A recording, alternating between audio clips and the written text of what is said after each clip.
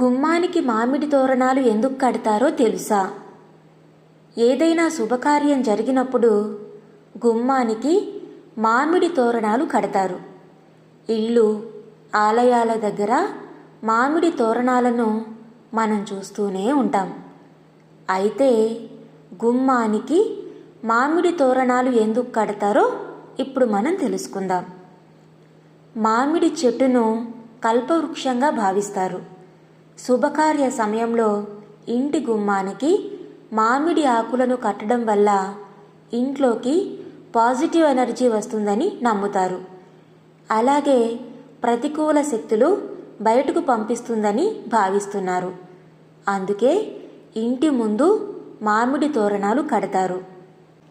ఇటువంటి మరెన్నో మంచి మంచి విషయాలను తెలుసుకోవడానికి మన ఛానల్ని తప్పకుండా సబ్స్క్రైబ్ చేసుకోండి. ధన్యవాదాలు.